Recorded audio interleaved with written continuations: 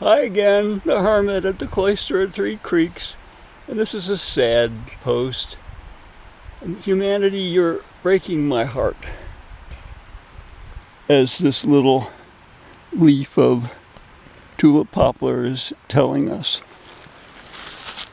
the heart is breaking. Anyhow, I'm not going to look down, I'm going to look up. Does that look like a healthy forest canopy to you? Over here is a dead chestnut oak. To its right is a healthy looking red oak. A very healthy looking hickory.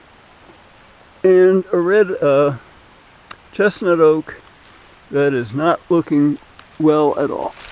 And that's where we're headed. Down one of our little trails, but then off the trail for a bit.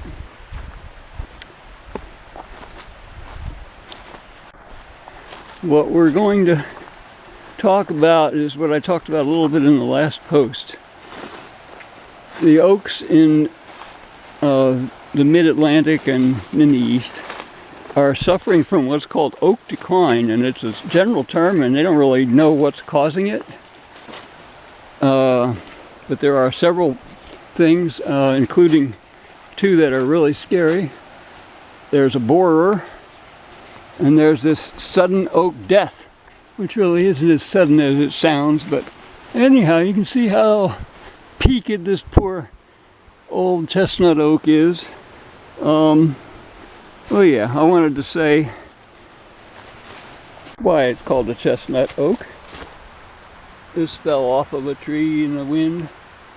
Look at these leaves, they're very much resembling the American chestnut leaves.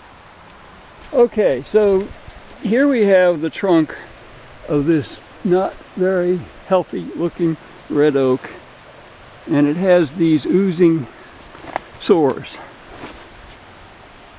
They are, according to the internet, a sign of that sudden oak death, which was introduced in California, or was first found in California in 1995. May have reached the East Coast around 2005. And I think it's here.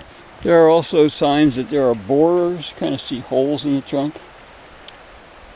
It's the chestnut oaks that are the most vulnerable, and I would say you can see another one down there that looks pretty peaked. At least half of the chestnut oaks on this property are suffering or dying, and there are a lot of dead ones. We're dealing with an unhealthy ecosystem here, unfortunately. The forests in the American East are under threat. You've got the emerald ash borer killing white ash and green ash trees.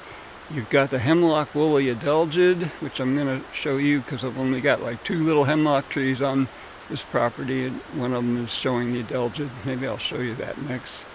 You've got, of course, the chestnut blight, which happened 100 years ago, but it was the major tragedy.